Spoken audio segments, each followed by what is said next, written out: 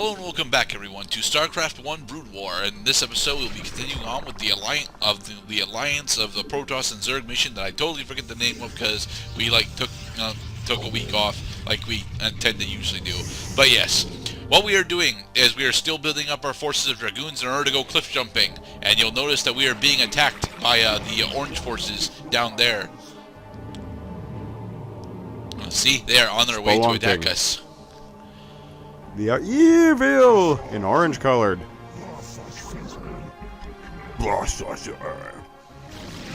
And go, zealots! Now that they're actually in range of multiple photon cannons. Destroy the basilisks.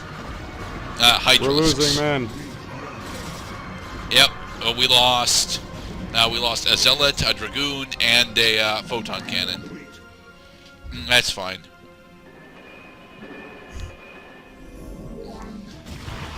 Jump cut. Repel the enemy forces before they fuck your shit up. Well, after, actually.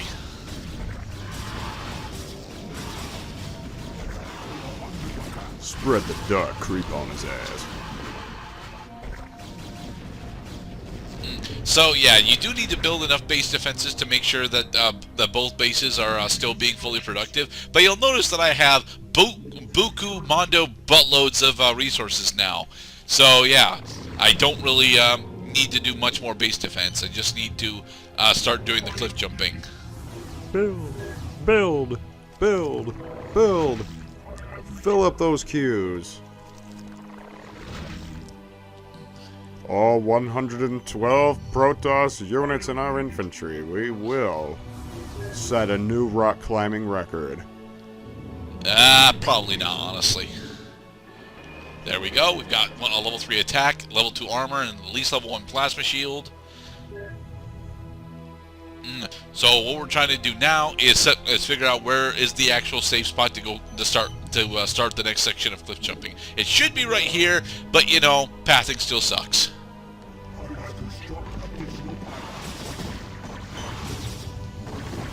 Alright, drop the payload and flee.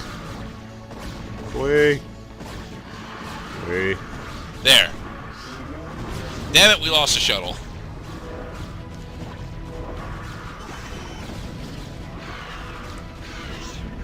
Push. Retreat.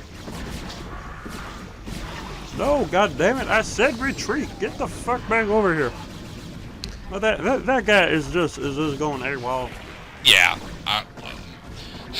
That's the catchphrase for the playthrough, people. Fuck pathing. Pathing screws over all of my attempts to actually have decent strategy or decent progression or anything decent. So what's new in the world of Cloud as we continue cliff jumping?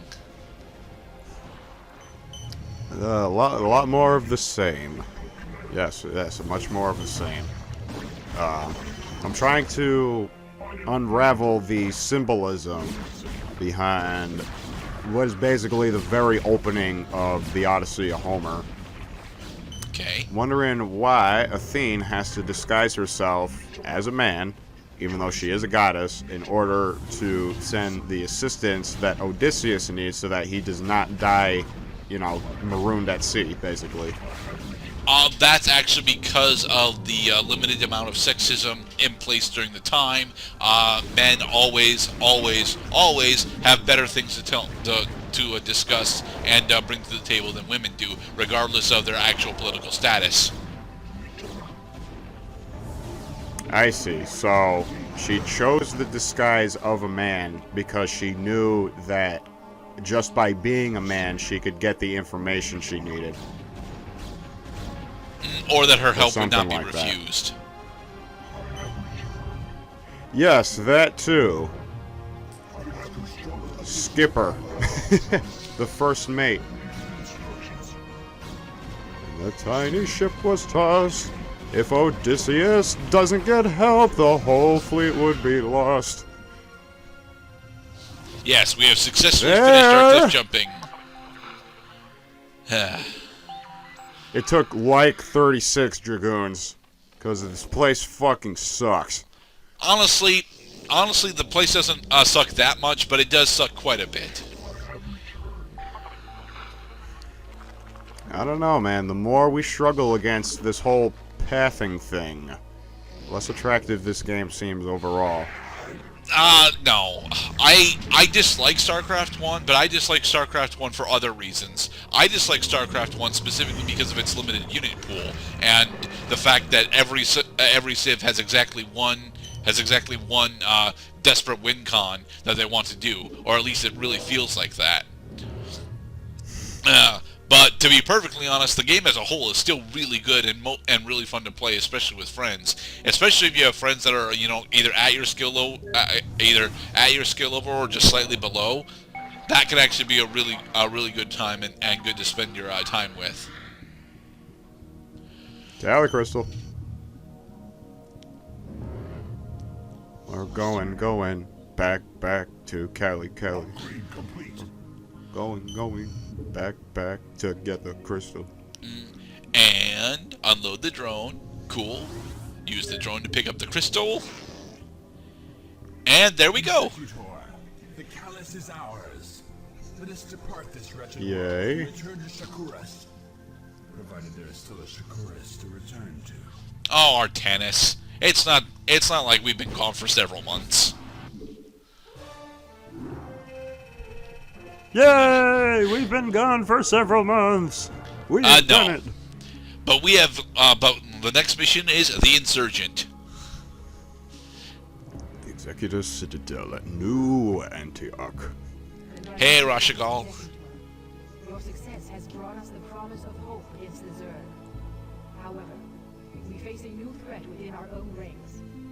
In your Of course, Aldaris is being butthurt right now. He is the only one who is butthurt for this entire campaign, and now the pain in his ass is going to be inflicted upon us. This is ill news indeed. Why would Aldaris betray us so? He and his ilk believe that it was wrong to have abandoned Ire and consorted with our people. Which he is both wrong and correct about, but that's not the actual reason why Aldaris finally decided to defect. Rashagal knows the actual reason, but due to spoilers that we won't be getting into, fuck it, I may as well spoil it now since I don't have plans to use the Terran or Zerg campaigns. Kerrigan arrived on Shakuras way before the Warp Gate incident happened. And one of the first things that she did was she found the Dark Templar and she planted Rashagal there. She effectively infected Rashagal and decided to bend her to her will. Okay, but how did that piss off Aldaris? Oh, Aldaris found out about it after we left. The matriarch has always been a wise and gentle soul, though there is some merit in her decision. As this mission ends And the trying game- to explain with us, and then Kerrigan interrupts him as she kills him. Yeah, that I just spoiled the entire story of this mission. I'm sorry, guys, but I wanted to bring that up because damn it. Yeah, Rashagal's the actual insurgent here, and not Aldaris. But this mission is important because it gives us access to our first, well, not our first actual new unit, but our main new unit, the Dark Archon. It is possible Whoa. he will send Archons against us. So what do you think mind control does, Mr. Cloud? It makes people go in all kinds of funny directions. No, mind control allows us to take direct control over a unit. Any unit, as long as it's an actual unit and not a building. The might of the Dark Archons can match the So we are going to mind slave our foes. Yes and no. What we're actually going to be using our Dark Archons for, as they do not have any attack value of their own, is in order to mind control opposing Archons that get sent our way. That way we can have Archons. So we got... Yo, bro, we heard you like Archons, so we got you Archons to get the Archons that get even more Archons. No, actually, normal Archons do not have mind control. Which is technically a good thing, but... Because if normal Archons actually had mind control, they would be both the best caster unit and the best grounded unit that the Protoss have. I mean, they're expensive enough to warrant that, certainly, but grounded units aren't allowed to be that powerful. And this is why you usually have to pay at least 2 mana in Magic the Gathering in order to gain control of target creature. Because Well, actually, gaining it's control of 4 that you're target supposed creature to is pay. probably one of the most effective ways of removing creatures from the board. I don't know where you got 2, dude. It's 4 that you usually have to pay. Well, you can wrangle them. Can't you only wrangle specific creatures that have converted mana cost 3 or less? No, it has to have power 4 or less. Okay, see, but even then, that is a particular a condition attached to control, whereas a majority of the good control spells that don't have conditions are 4 or more. Like blue gets a lot of switch control spells, and they're like 5 or 6. Right, where red usually gives target creature control over to you and give it haste until end of turn. Blue lets you keep the monster, and that's usually why you have to pay more for blue control spells.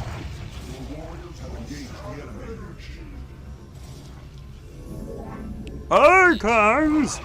Yes, Archons. But that's the primary way that we're going to defend our base in this mission. We're going to use the Dark Archons in order to take control of the enemy forces that they're sending at us. Our base this time starts off really, really fucking big, which is terrible because it means that placing structures around everything actually limits your workable moving space, and it's a bitch to defend everything.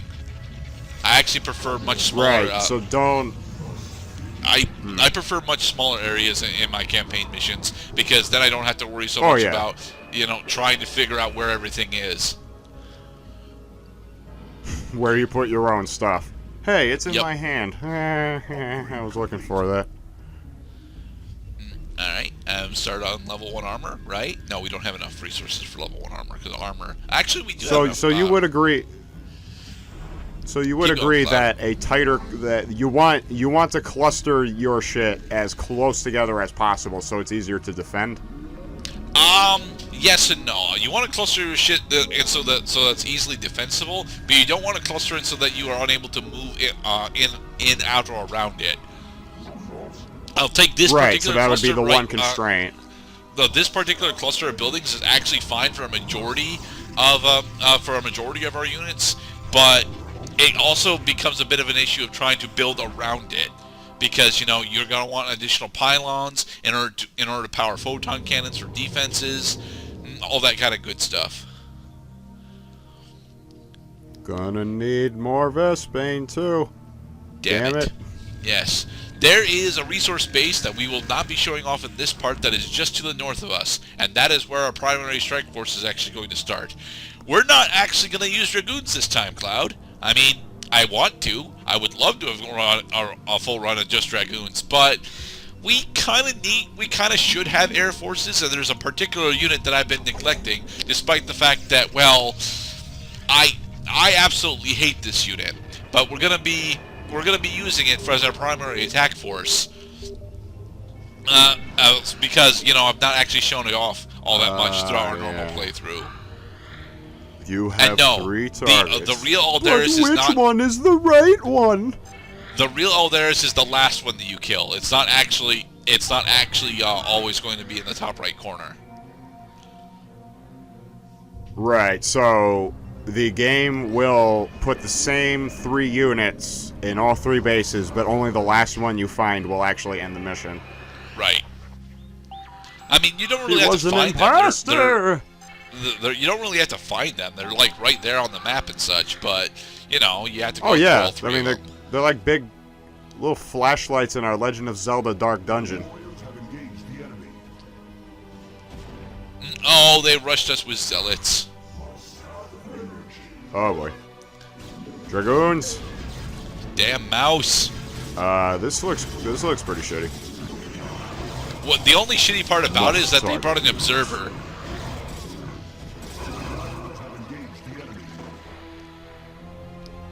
We have repelled the attack for now. Yes. But we're sitting on so many minerals that it honestly doesn't matter all that much. I should be spending some of these minerals to build up some zealots, because zealots are actually decent at defending. But I don't want to, because they eat up some psi, and I'm going to need as much psi as I want for the end of the mission. as much size I can have, Oh rather. yeah, we're just getting started. We only have like 20 units on the battlefield. And come on. So Fucking so finish are these already. Dark Thank you. Archons just are these Dark Archons just waiting for intruders so that they can intercept them? Fuck no. These dark archons are waiting specifically for normal archons to show up so that I can mind control them. Right. I think that's a great. The more specific the function, the more effective the rest of your game. We'll just give them only one job. Unfortunately, I can't macro them to automatically do that. You know, because that would be something that a skilled player would already have set up. But in the next part, we'll finish off the Insurgent by, you know, doing something that I am mortally ashamed of doing. Be safe, everybody. Pathing.